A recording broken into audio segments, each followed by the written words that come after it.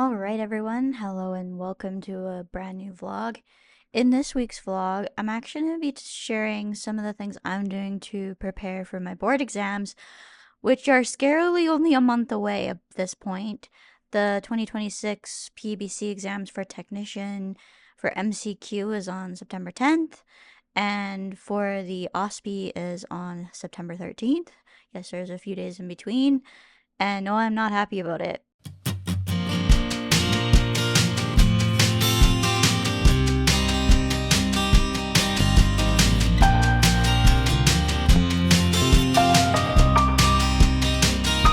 Honestly, my prep for these board exams has been not very good. I've been struggling with motivation. I've been struggling to do much of anything minus a couple hours every day. And honestly, there are some days where my only real practice is probably work. As this gets closer, I start to feel a little bit more of the pressure, and I think I'm starting to naturally just do a little bit here and there every day, but it's definitely not there like it was in school. Part of me wonders actually how much of this is just motivation from just wanting to be done with everything. Like, I really wish that school was enough at some point. I get the whole purpose of doing board exams to become registered. Actually, that's probably the only thing I really agree with, but there's a lot more else that I have to do. I think people underestimate the value of rest though as well. So I've been trying to find a balance with how do I prepare for these exams? What do I need to do? And so my thing has been trying to do questions. I've actually used a site called Farm Power. It's not endorsed by PEBCs, and I'm just letting you guys know what I'm using. I also don't know how good or bad the resource is. A few of the other things I'm doing is seeing where the gaps are. So, for example, for me, I'm seeing, okay, what things am I struggling with? Now, it's interesting because with this whole thing, it's been because math we needed 100% in second year, and we had a full like comprehensive exam, one part being just a regular written portion and another part being the checking portion, which I talked about when I did that in school. I feel like all of my prep to pass the course has meant a lot less work preparing for the PBCs. I don't know if this is intentional by the program, but thank you if you guys are ever watching my stuff. Now, I guess I can't say thank you until I've actually fully passed the PEBCs, but when I'm doing quite well in the questions, it's like, it just goes to show that it's definitely there. Now, I'm not saying that I don't need to practice, because I definitely do, but it's just a lot less stressful. Now, that being said, like, there are some people who take time off of work to study for board exams, and I'm not one of them. I honestly feel like probably one of the best places for me to be is at work, because I'm immersed in the pharmacy for 8 hours. Now, that being said, I do wonder if I'm missing stuff because of the differences with Saskatchewan legislation compared to nationally, because you kind of got to throw out what you're used to with some of that, because it does differ a little bit at the national level compared to provinces, and especially here in Saskatchewan it can be it's very different, especially with narcotics and all of that and controlled substances, because we have what is called the prescription review program, and there's also COVID exceptions at the federal level, and sometimes you got to determine whether the legislation is asking you with or without it. So you kind of got to know both, and it's very confusing because it's basically under special legislation from the pandemic as to why pharmacists can do some things that they usually can't. So examples of this are taking verbal orders for narcotics and controlled substances. Before, there's only certain ones that they could take a verbal order for. It's really hard to know too whether the resources that I bought, because they aren't endorsed by the PEBCs, is it at the right difficulty level? Now, one of the things I have been doing actually is going through the CPS, because one of the things I noticed that I'm missing when I was doing OSPE practice the other day. So, one of the things that technicians can do when they're really working to full scope is you can't provide advice on drug therapy. However, you can provide advice on what are called non-pharmaceutical interventions in a particular situation when you're interacting with a patient. So let's say for fever, for example, you can talk about the ways you can reduce a fever besides using medications. It's things like that that I never think about, because as an assistant, this is where things change.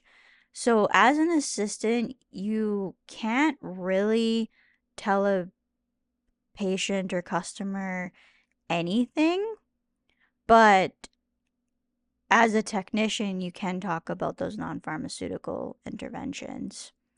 So that's kind of the things that I've been focusing on a little bit. All right, everyone. I just wanted to pop on here quickly and just kind of talk about how I'm using my resources to study for my board exams. So, what I did last night was I just picked one of the sets that I have from the things that I purchased for the PEBCs, which is called Farm Power.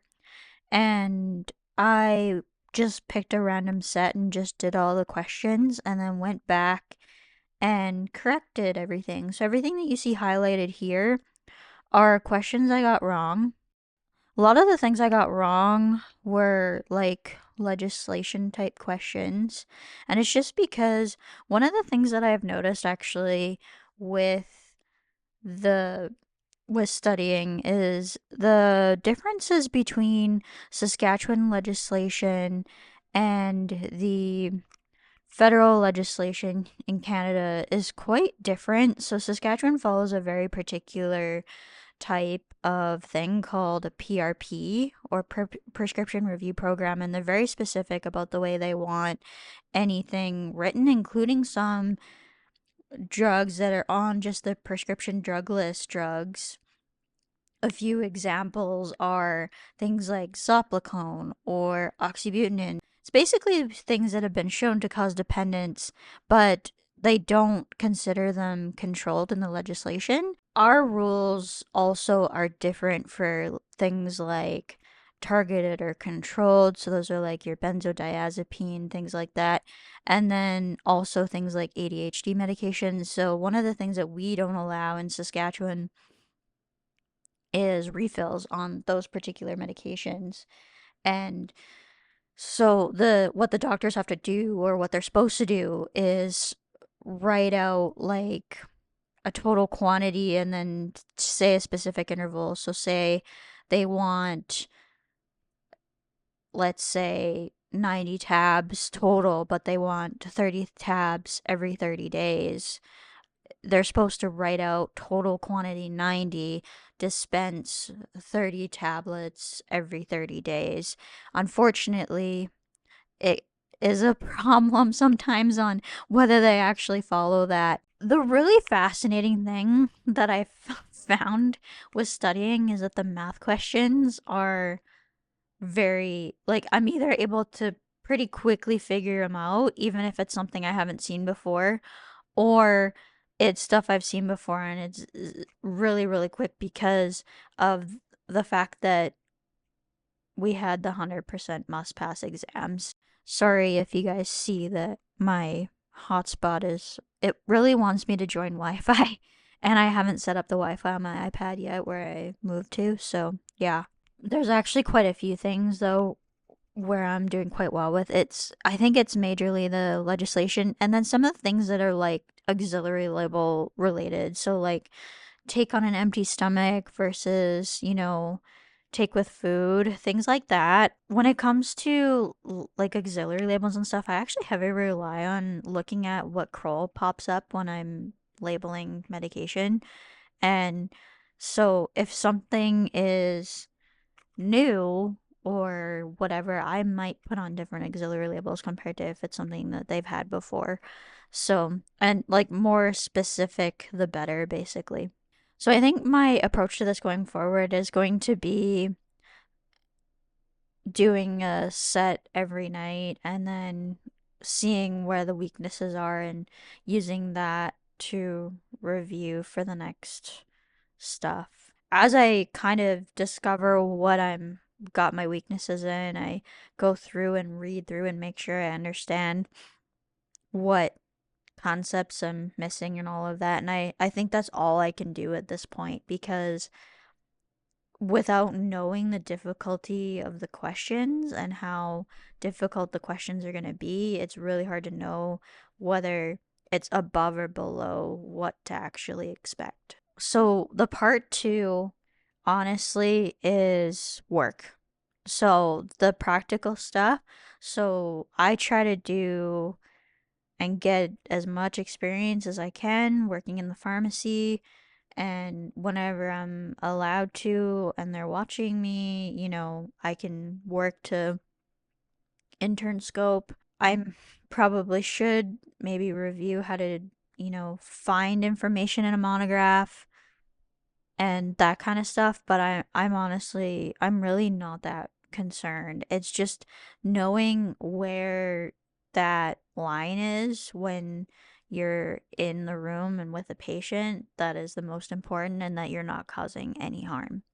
But anyways, that's where I'm going to leave this video. I hope you guys have enjoyed seeing into kind of my approach for this stuff, and I hope to catch you in the next video. So, thanks for watching. Don't forget to subscribe, hit the notification bell, like the video if you enjoyed it, and thanks for joining me. See you in the next one. Bye, everyone.